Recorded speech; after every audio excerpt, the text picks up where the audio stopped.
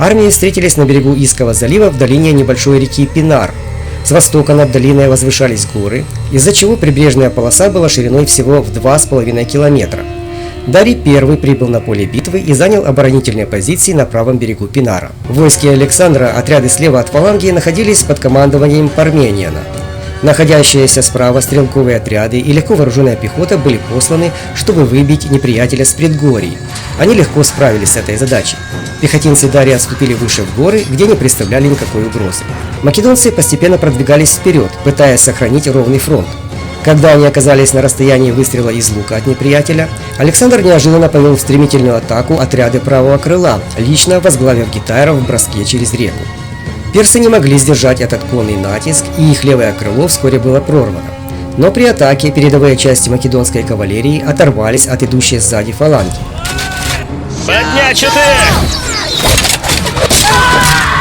Неровный рельеф местности, особенно крутые берега реки, привели к нарушению непрерывного строя пикинеров, поэтому фаланга отставала, не имея возможности взаимодействовать с конницей Александра. На противоположном берегу македонскую фалангу встретили сплошные ряды греческих наемников и бессмертных, готовых к отражению натиска. Двинувшись на переходящих реку македонян, пехотинцы Дария вступили в схватку с основными силами македонского войска. Используя разрывы в строю фаланги, греки и персы стремились сбросить македонян обратно в реку. Хотя это им не удалось, отряды наемников стали окружать македонцев на правом краю фаланги. Пикинеры понесли большие потери, но не дрогнули, продолжая отбиваться от наседавших греческих наемников. На левом фланге македонян ситуация была еще хуже.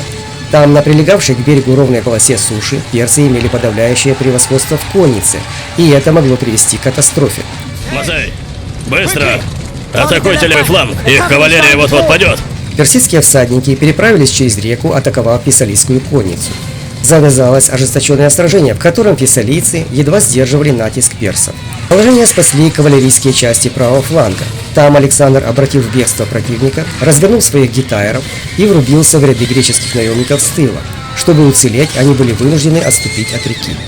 После этого македонская фаланга продолжила наступление, уничтожая тех, кто уцелел под ударами конницы Александра. Тем временем Александр попытался пробиться к Дарию III. Вокруг персидского царя битва была особенно сурова.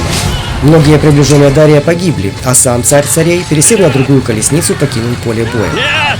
Крушение центра и левого фланга персидского войска привело к бегству всех войск Дария с поля битвы.